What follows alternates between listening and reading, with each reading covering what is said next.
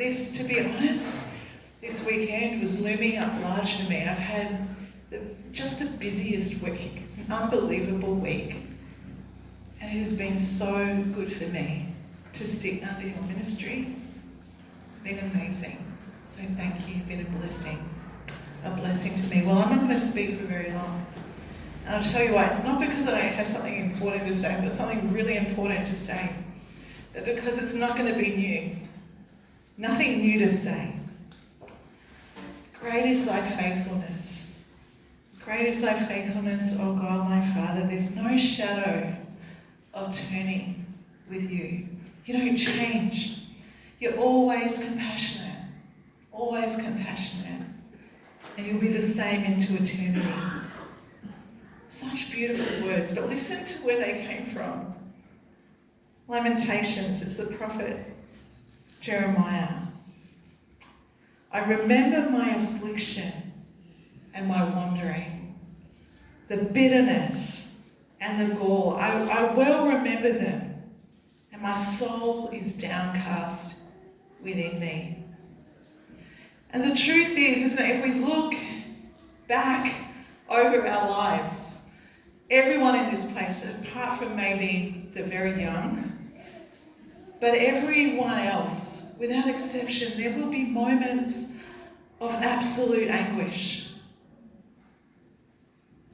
I've had those moments in my life, and if you imagine many years of my life going back now, I could tell you about 1988 and a lot of teenage angst going on with me. And then we could move to 1996 and a young adult at this point and feeling like the rug has absolutely been pulled out from under me. And then 2015, maybe the most difficult year of my life. Big struggle. Big struggle. And then 2022 and those same issues from back then rear their head again. And you know, even this year, things have happened in my life and in my family that I never thought would happen.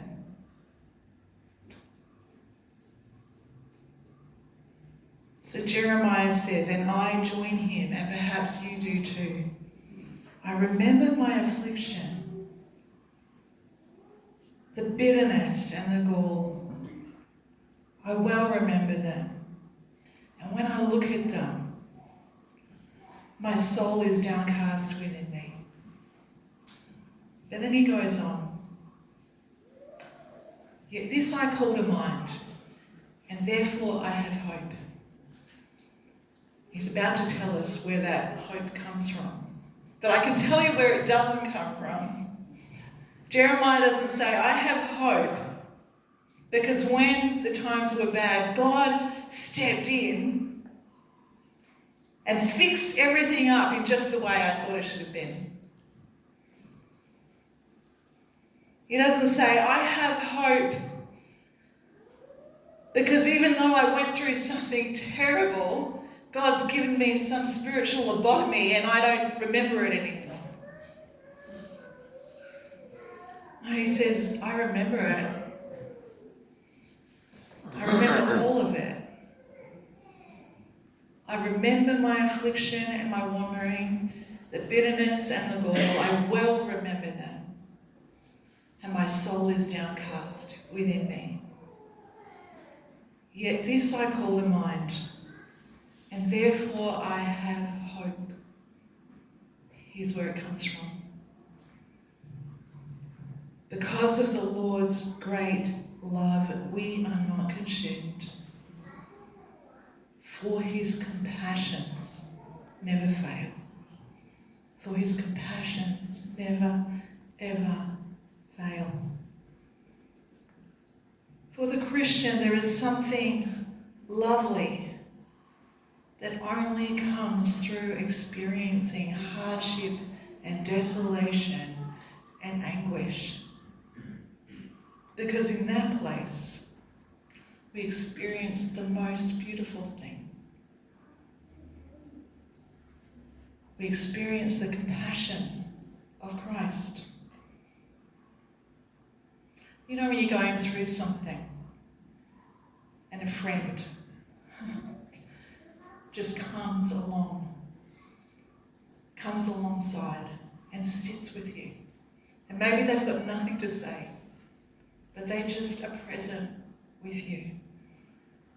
And their compassion is something that you can hold on to. It's like an anchor in that moment. There's such power in the compassion of Christ.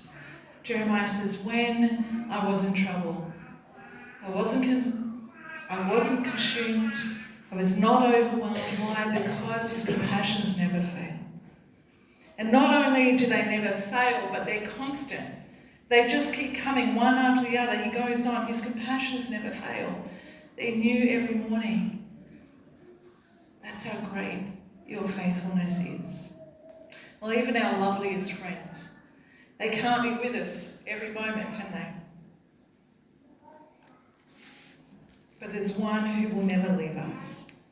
And we can look back over the course of our life and each of those milestones along the way and see his compassion. And Ethan, you touched on that this morning, I think. And on this side of each one, Ethan spoke about this, where we changed people. And if I look back over each of those moments, on this side I was one way.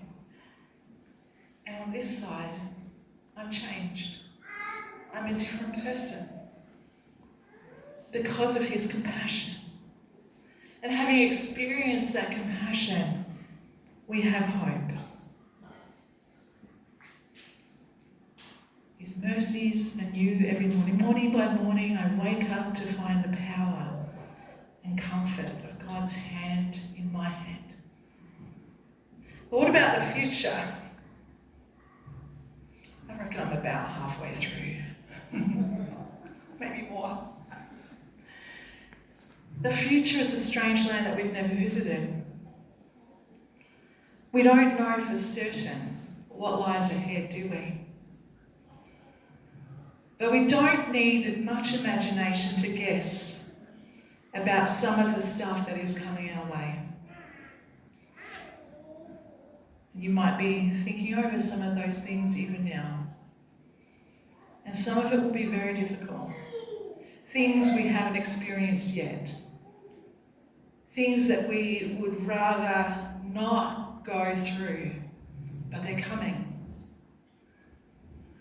Jeremiah looks at the future and he decides what he will do. I say to myself, the Lord is my portion. Therefore, I will wait for him. I will wait for him. He says, I'm not going to get ahead of myself. His great compassion for me, he's met me at every trial along the way. His mercies are poured out on me today. And he is my portion. I have everything that I need. And so in the future, I'm going to wait on him. And I know that when trouble arrives, when I get to one of those terrible milestones, I know that when trouble arrives, he will come and meet me there. And his compassion will sustain me. And I will be full of hope. And here's what I've learned. At that point, I will be even more full of hope than I am now.